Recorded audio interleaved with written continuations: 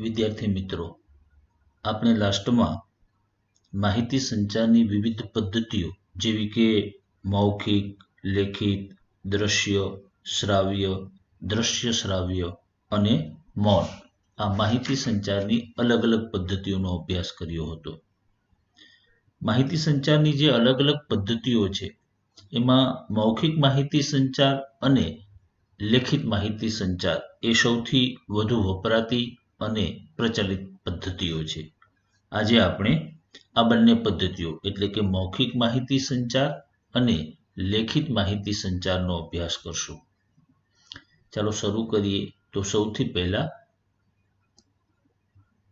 મૌખિક માહિતી સંચાર. માહિતી સંચારની જે અલગ અલગ પદ્ધતિઓ છે એમાં મૌખિક માહિતી સંચાર એ સૌથી પ્રાથમિક અને પાયાની પદ્ધતિ છે. આ પદ્ધતિ વર્તમાન સમયમાં સૌથી સફળ પદ્ધતિ પણ છે. મોટા ભાગે આપણે ભાષા દ્વારા જ મૌખિક રીતે જ અન્યની સાથે માહિતી સંચારની પ્રક્રિયાઓ કરતા હોય છે. માહિતી સંચાર માટે સૌથી ઉપયોગી સાધન એટલે ભાષા. આ ભાષાને શીખવા માટે, એમને સમજવા માટે, એમાં પારંગત થવા માટે મોટા ભાગે આ 4 કૌશલ્યો જરૂરી છે. અને ભાષા શીખવાના આ 4 કૌશલ્યોના તબક્કાઓમાંથી જ આપણે પસાર થયા છીએ. સૌથી પહેલા આપણે ભાષાને સાંભળીએ છીએ, પછી એ ભાષાને બોલતા શીખીએ, ત્યારબાદ વાંચન શીખીએ છીએ અને લાસ્ટ કૌશલ્ય લખવાનું કેળવીએ છીએ. મૌખિક માહિતી સંચારમાં બોલનાર ભાષા, શબ્દો અને વાક્ય રચનાનો ઉપયોગ કરી હાવભાવ હલનચલનનો પ્રયોગ કરી માહિતીની આપ-લે કરવાનો પ્રયત્ન કરે છે. એટલે અહીં ભાષા, શબ્દો અને વાક્ય રચનાનો ઉપયોગ કરી હાવભાવ દ્વારા બોલીને માહિતીની આપ-લે કરવામાં આવે છે, જેથી સમજનારને સમજ પડે.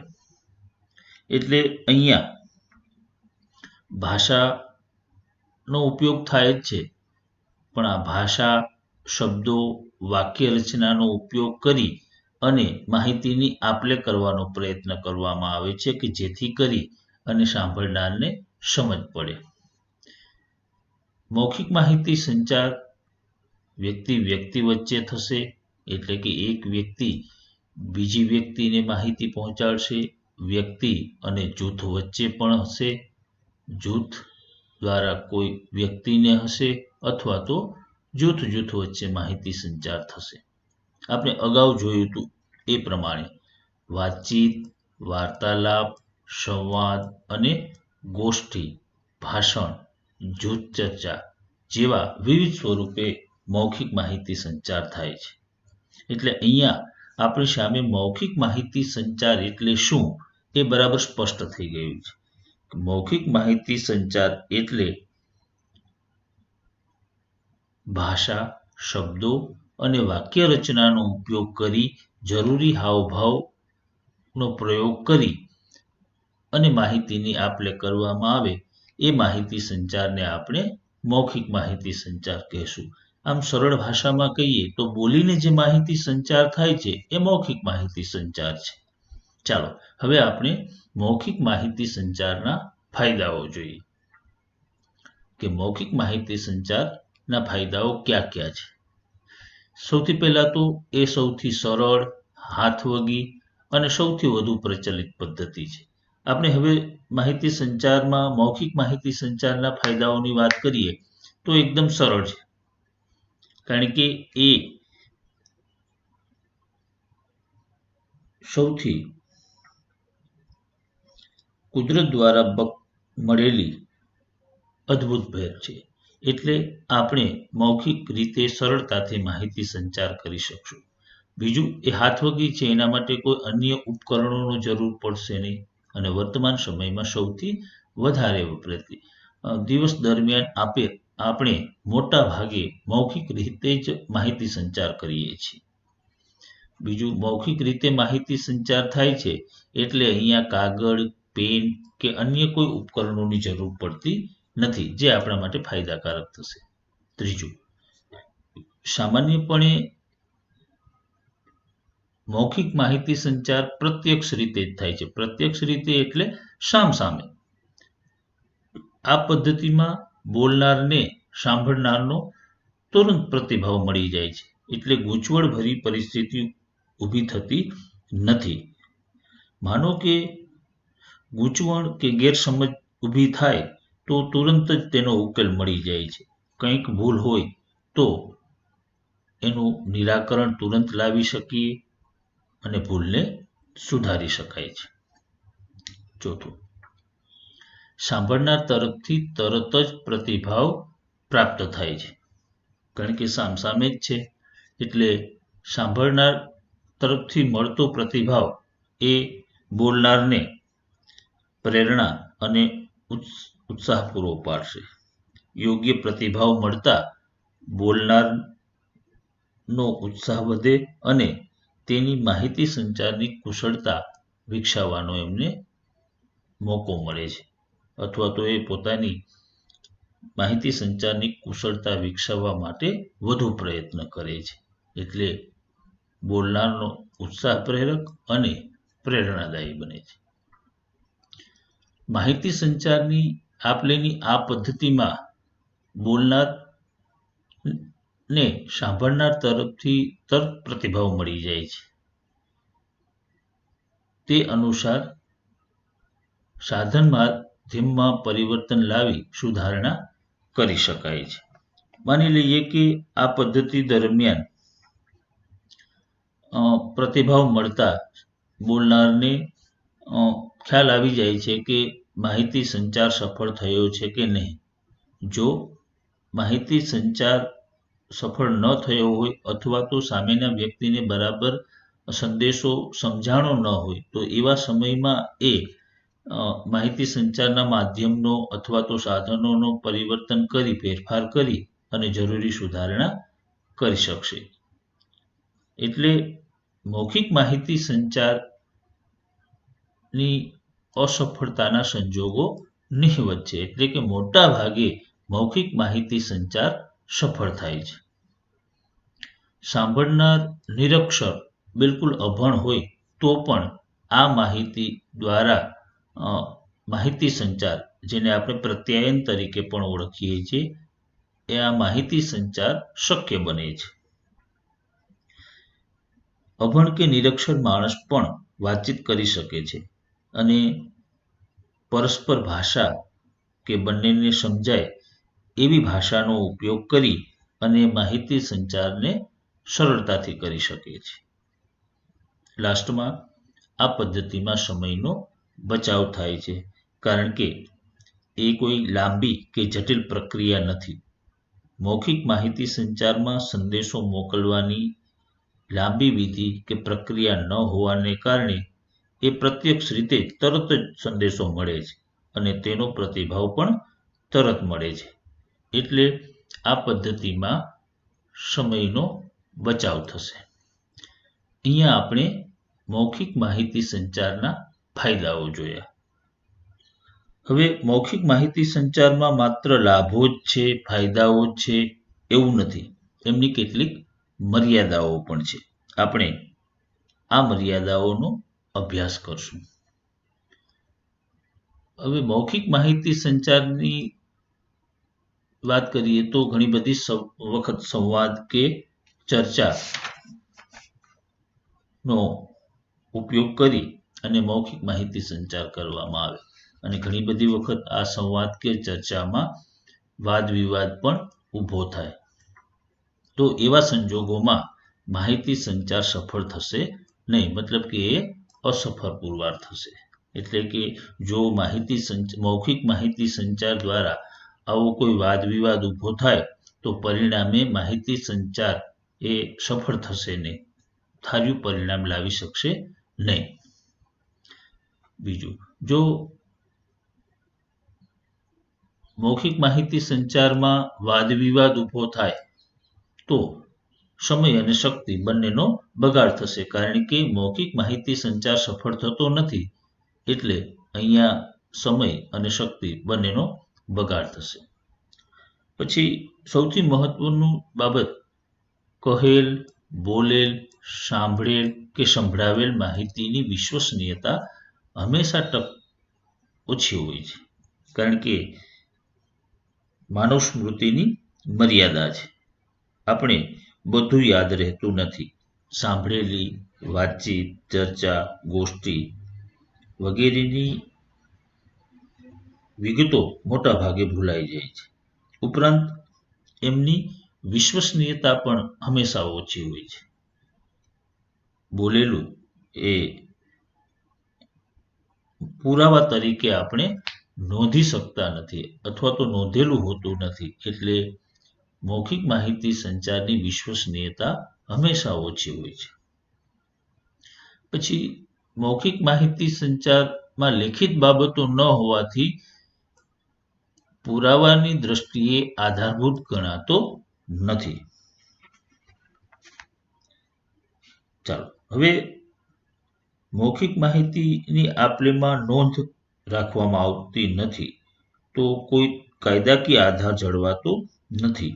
જ્યારે ભવિષ્યમાં કોઈ પણ કાયદાકીય મુશ્કેલીઓ ઊભી થાય તો મૌખિક બાબતોને કાયદો આધારભૂત ગણતો નથી. પુરાવા તરીકે માત્ર લેખિત બાબત જ સૌથી આધારભૂત ગણાય છે. તેથી કાયદાની દ્રષ્ટિએ મૌખિક માહિતી સંચાર આધારભૂત ગણાતો નથી. જો માહિતી વિશદ અને વિસ્તૃત હોય તો બોલનાર પક્ષે આ પદ્ધતિ દ્વારા સફળતા મળતી નથી. માની લઈએ કે મૌખિક માહિતી સંચાર દ્વારા જે માહિતી આપવાની છે એ ખૂબ લાંબી છે, તો આ લાંબી માહિતીને મૌખિક માહિતી દ્વારા સફળતા મળશે નહીં, કારણ કે સાંભળનાર છે એ એટલી લાંબી માહિતીને એક સાથે સાંભળવા તૈયાર થશે નહીં, અથવા તો એ ધ્યાનથી સાંભળશે નહીં, એટલે એમની સફળતા મળશે નહીં. કારણ કે જો બોલનારની વક્તૃત્વ કળા અથવા તો વક્તૃત્વમાં નિપુણતા ન હોય તો ગમે તેટલી અસરકારક માહિતી હશે, પરંતુ જો એ માહિતી લાંબી હશે તો એવી માહિતી સંચાર છે એ સફળતા પ્રાપ્ત કરશે નહીં. ત્યાર પછી બોલનાર અને સાંભળનાર બંને પક્ષે તબક્કાવાર લાંબા સમય સુધી યાદ રાખી શકાતું નથી. એ આપણે અગાઉ પણ જોયું કે માનવ સ્મૃતિની મર્યાદા છે. સાંભળેલી બધી જ બાબતોને વ્યક્તિ લાંબા સમય સુધી યાદ રાખી શકતો નથી. આવી માહિતી લાંબા સમય સુધી સ્મૃતિપટ પર ન રહેતી હોવાના કારણે ભૂલાઈ જાય છે અને ભવિષ્યમાં મૌખિક માહિતી સંચાર દ્વારા જો માહિતી સંચાર થયો હોય તો કોઈ ગોટાળા થવાની શક્યતા રહે છે. મૌખિક પદ્ધતિથી માહિતી તેના મૂળ સ્વરૂપમાં જળવાતી નથી, કારણ કે એ લેખિત નોંધ હોતી નથી. એટલે જે મૌખિક માહિતી સંચારમાં જે શબ્દો, જે ભાષાનો ઉપયોગ થયો છે એમણે આપણે એ જ સ્વરૂપમાં જાળવી શકતા નથી. આપણે જાણીએ છીએ કે એક વ્યક્તિએ રજૂ કરેલી માહિતી બીજા પાસે પહોંચે છે અને બીજા દ્વારા એ માહિતી કોઈ ત્રીજાને પહોંચાડવામાં આવે તો ઘણી બધી વખત મૂળ માહિતીમાં જે બાબતો રહેલી હોય છે એમાં ઘણો બધો ફેરફાર પણ થઈ શકે. એટલે મૌખિક પદ્ધતિમાં મૂળ સ્વરૂપમાં માહિતી જળવાતી નથી. આ પદ્ધતિમાં વક્તૃત્વ છટા અને રજૂઆત યોગ્ય ન હોય તો અર્થનો અનર્થ થઈ શકે. એટલે કે મૌખિક માહિતી સંચારમાં માહિતી રજૂ કરનાર બોલનાર એ નિપુણ હોવો જોઈએ.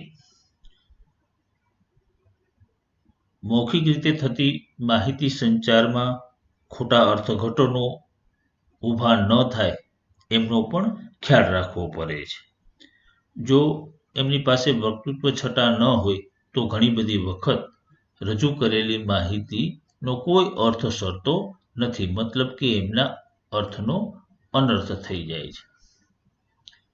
બોલનારે બોલતા પહેલા વિચાર કરવો પડે છે, કારણ કે મોંમાંથી બોલાયેલા શબ્દો પાછા ખેંચી શકાતા નથી. એટલે કે એક વખત બોલાયેલા શબ્દોને આપણે ફરીથી પાછા મેળવી શકતા નથી. એટલે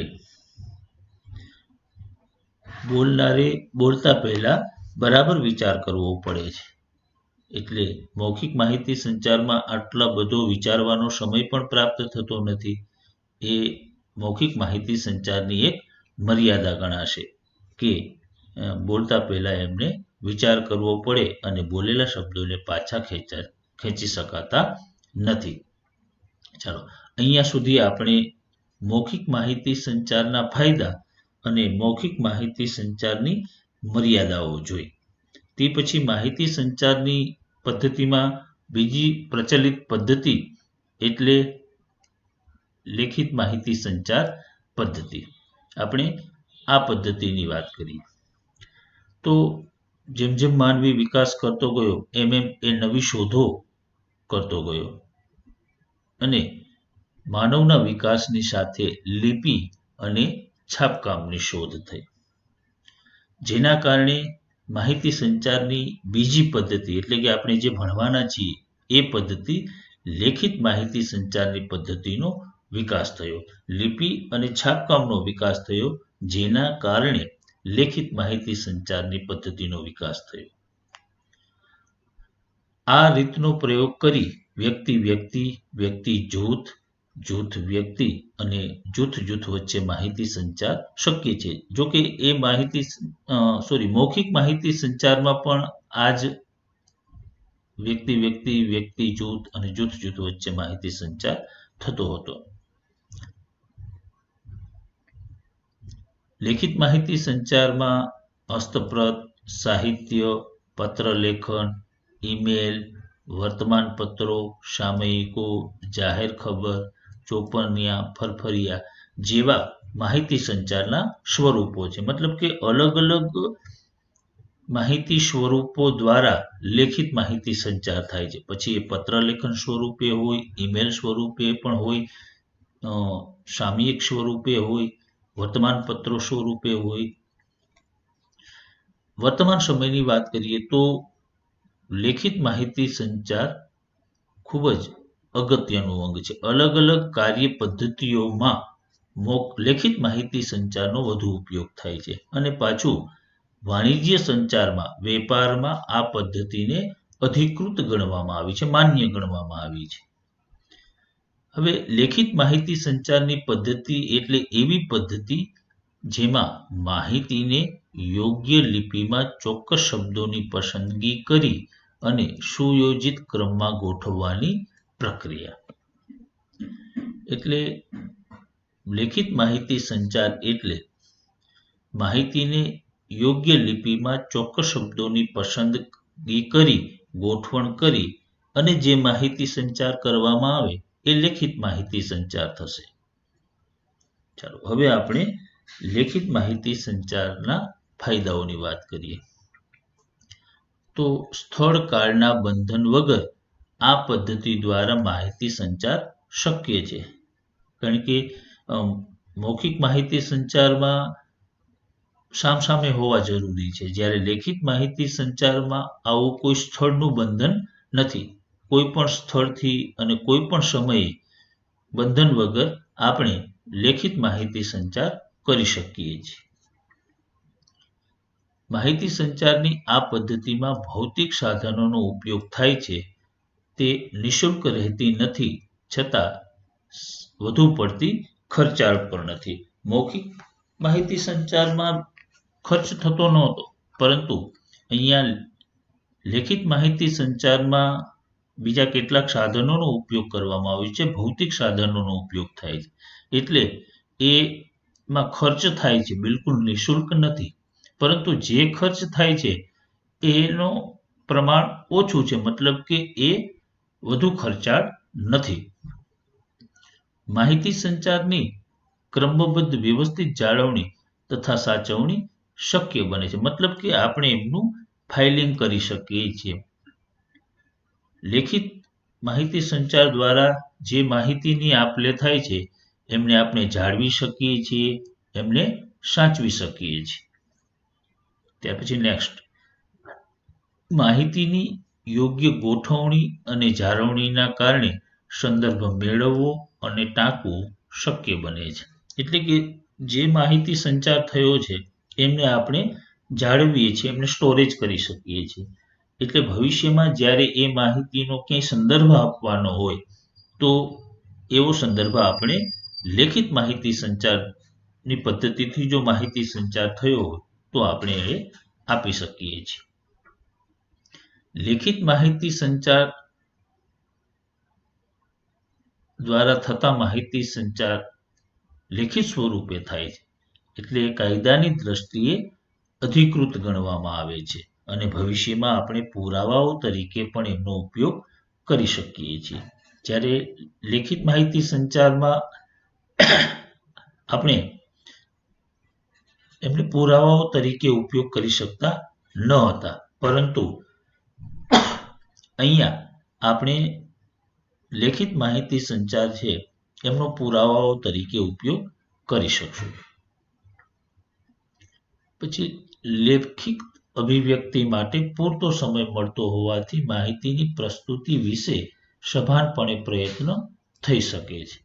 કારણ કે આ માહિતી સંચારની પ્રક્રિયા કરતા પહેલા જે માહિતી સંદેશો છે એમને લેખિત સ્વરૂપ આપવામાં આવે છે. હવે આવું લેખિત અભિવ્યક્તિ કરવા માટે વ્યક્તિ પાસે પૂરતો સમય હોય છે. એ માહિતીને સભાનપણે અને યોગ્ય રીતે પ્રસ્તુત થાય એ માટે પ્રયત્ન કરે છે. એ રજૂઆતને સુધારી, અસરકારક અને ભૂલ કે છતી રહિત બનાવી શકાય છે. કારણ કે એમના માટે એમની પાસે સમય હોય છે. ત્યાર પછી માહિતી સંચારની આ પદ્ધતિ માટે યોગ્ય વ્યક્તિની પસંદગી કરી અને એમને જવાબદારી સોંપી શકાય છે. સંચારની પ્રક્રિયામાં કોઈ ભૂલ અથવા છતી રહી જાય તો તે અંગેની જવાબદારી જે તે વ્યક્તિ ઉપર લાદી શકાય છે. ચાલો, લેખિત દ્વારા માહિતી સંચાર કરવો હોય તો એના માટે કોઈ વ્યક્તિની પસંદગી કરી શકાય કે એ વ્યક્તિ આવો લેખિત માહિતી સંચાર કરે, એમને જવાબદારી સોંપી શકાય. અને માહિતી સંચારની પ્રક્રિયામાં કંઈ ભૂલ થાય, છતી રહી જાય તો એ અંગેની જવાબદારી જે તે વ્યક્તિ ઉપર લાદી શકાય. એટલે કે જે વ્યક્તિને આવી જવાબદારી સોંપવામાં આવી હતી એવી વ્યક્તિને જવાબદાર ગણી શકીએ. ત્યાર પછી આ પદ્ધતિ જે તે સંસ્થાની માહિતી સંચારની પ્રક્રિયાને એક સૂત્રતા બક્ષે છે. ચાલો, જ્યારે સંસ્થાઓ દ્વારા પત્ર વ્યવહારો થતા હોય અથવા તો માહિતીની આપ-લે થતી હોય તો લેખિત સ્વરૂપમાં જો માહિતી સંચાર થતો હોય તો માહિતી સંચારની પ્રક્રિયાને એક સૂત્રતામાં રાખી શકશે અથવા તો એમને એક સૂત્રતા બક્ષશે. લાસ્ટમાં લેખિત માહિતી સંચાર પદ્ધતિ દ્વારા જે તે સંસ્થાની આગવી છાપ ઊભી થાય છે. આપણે અગાઉ પણ જોયું કે લેખિત માહિતી સંચાર દ્વારા માહિતી સંચાર કરવામાં આવે તો એ માહિતી મોકલનાર અથવા તો રજૂ કરનારનું ચિત્ર પણ સ્પષ્ટ કરે છે. એટલે જો સંસ્થા દ્વારા પત્ર વ્યવહાર થતો હોય તો સંસ્થાની ઇમેજ પણ આવા લેખિત માહિતી સંચાર દ્વારા ઊભી કરી શકાય. એટલે કોઈ પણ સંસ્થાની આગવી છાપ એ લેખિત માહિતી સંચાર દ્વારા ઊભી થાય છે. ચાલો, હવે આપણે માહિતી સંચારની કેટલીક મર્યાદાઓ છે એમની પણ બાબતો જોઈ લઈએ. તો સૌથી પહેલા માહિતીની લેખિત અભિવ્યક્તિ કમસે કમ પેન અને કાગળ જેવા સાધન ઉપકરણ વગર શક્ય નથી. માટે કેટલાક અંશે ખર્ચાળ છે. મૌખિક માહિતી સંચાર બિલકુલ ખર્ચાળ નથી, પણ અહીંયા લેખિત માહિતી સંચારનો ઉપયોગ કરવા માટે કમસે કમ એક પેન અને કાગળની જરૂરિયાત તો રહેશે. તો આ કાગળ અને પેન ખરીદવા માટે ખર્ચ કરવો પડશે. એટલે અમુક અંશે લેખિત માહિતી સંચાર ખર્ચાળ છે. આધુનિક લેખિત સંચાર માટે સાધનો, યંત્રો જરૂરી છે, જેની ખરીદી અને જાળવણીની જવાબદારી ઊભી થાય છે. ચાલો, વર્તમાન સમયમાં તો લેખિત માહિતી સંચાર માટે અલગ અલગ સાધનો ઉપલબ્ધ છે, વિવિધ યંત્રો ઉપલબ્ધ છે.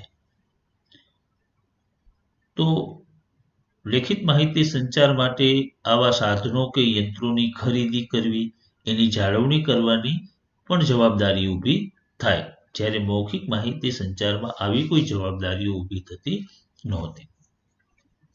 લેખિત પદ્ધતિ દ્વારા વિચારોની આયોજનપૂર્વક રજૂઆત માનવીય કલાકો માંગી લે છે, એટલે વધુ સમય ખર્ચાય છે.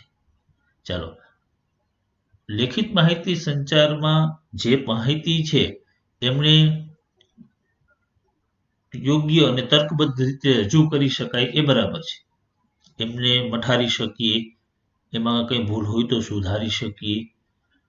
પણ આવું રજૂઆત કરવા માટે, લેખિત પદ્ધતિ દ્વારા રજૂઆત કરવા માટે લાંબો સમય ખર્ચ થાય છે, એટલે કે માનવીય કલાકો માગી લે છે, એટલે એ વધુ સમય લે છે, સમય વધુ ખર્ચાય છે.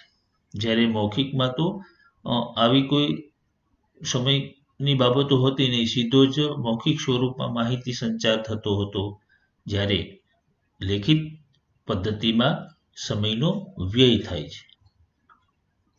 લેખિત પદ્ધતિ પ્રત્યક્ષ નહીં, પરંતુ પરોક્ષ રીતે થાય છે, સામસામે હોતા નથી.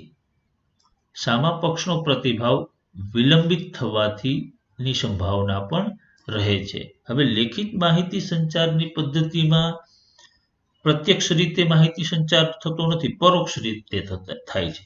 એટલે સામા પક્ષે પ્રતિભાવ મોડો મળે અથવા તો બિલકુલ ન મળે એવી સંભાવનાઓ પણ રહેલી છે. પ્રતિભાવ એટલે અહીંયા આપણે પ્રત્યુત્તર સમજી લઈએ કે સામા પક્ષનો પ્રત્યુત્તર મળવાની સંભાવના રહેલી છે, પરંતુ ઘણી બધી વખત પ્રત્યુત્તર ન પણ મળે. પછી ઉપયુક્ત સંજોગોમાં માહિતી સંચારની સફળતાની પૂર્ણતા વિશે પ્રશ્નો ઊભા થાય. એટલે કે જો પ્રતિભાવ વિલંબથી મળે અથવા તો ન મળે, તો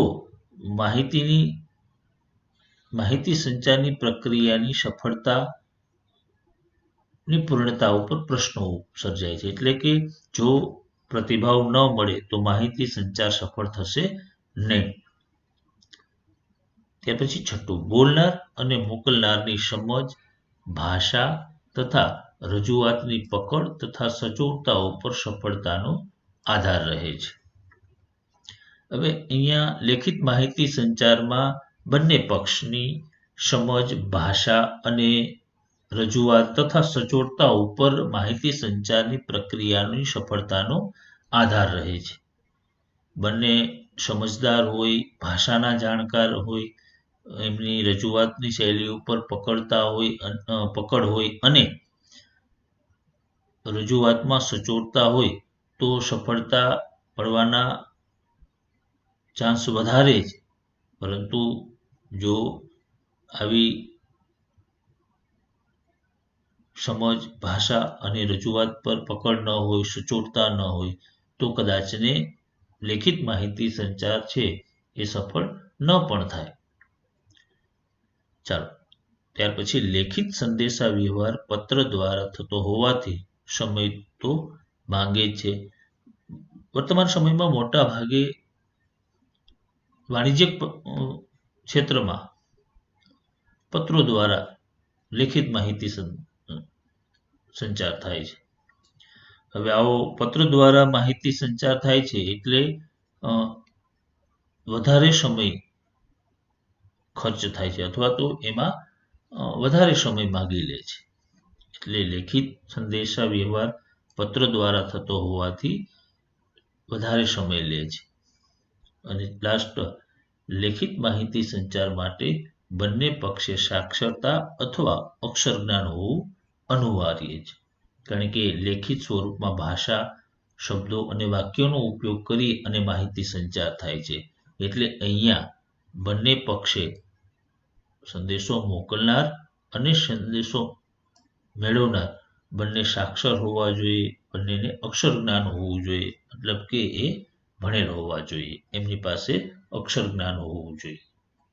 તો આમ આપણે અહીંયા આ જે બે પદ્ધતિઓ માહિતી સંચારની જે પ્રચલિત પદ્ધતિઓ છે, લેખિત માહિતી સંચાર અને મૌખિક માહિતી સંચારનો અભ્યાસ કર્યો.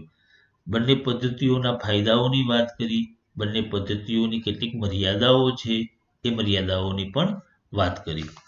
આગળના વિડીયો લેક્ચરમાં આપણે એક નવા પાઠની શરૂઆત કરશું. અસ્તુ.